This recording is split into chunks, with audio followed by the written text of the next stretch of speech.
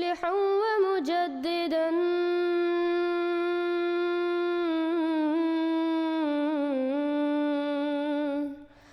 فارنوا بنظر Tahir وجنان.